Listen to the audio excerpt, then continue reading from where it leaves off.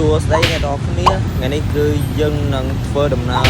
ដោយជិះកង់ទៅកោះនរាឥឡូវខ្ញុំនៅផ្សារទំនើបអូឡាំសាអ្នកនរគ្នាដែលចម្ងាយពីផ្សារទំនើបអូឡាំសា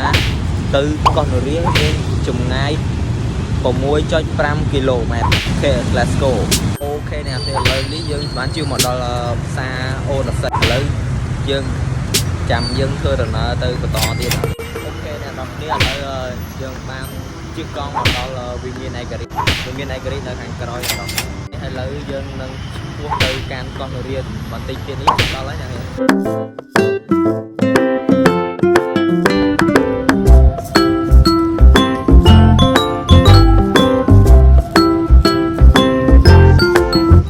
អូខេអ្នកនាងឥឡូវនេះយើងបានមកដល់កោះពេជ្រអ្នកនាងខាងក្រោយនេះមហាស្រពកោះពេជ្រនេះកន្លែង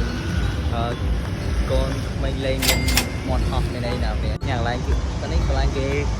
ធ្វើ concert អញ្ចឹងថ្ងៃនេះអត់មានទេអូខេណាស់នេះឥឡូវយើងបន្តទៅកោះនរាបន្តទីគោលដៅធំរបស់យើងកោះនរាlet's go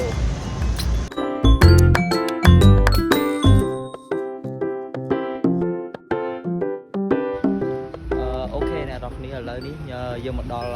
កោះនរាស្ពាននេះស្ពានកោះនរាគោលដៅយើងប្រហែល 90% អ្នកនរគ្នាជាមួយយើងនឹងជិះទៅទៀតអ្នកនរគ្នាតោះ let's go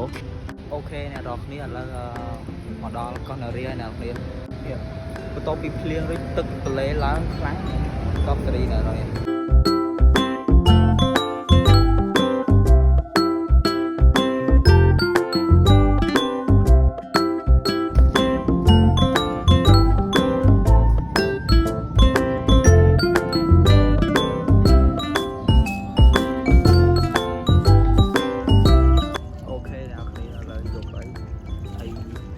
ក៏មានតែប៉ុណ្ណឹងទេយើងជោគជ័យក្នុងការជិះកង់មកកោះនរាហើយបាយបាយដល់គ្នាចាំជួបគ្នានៅវីដេអូក្រោយ Let's go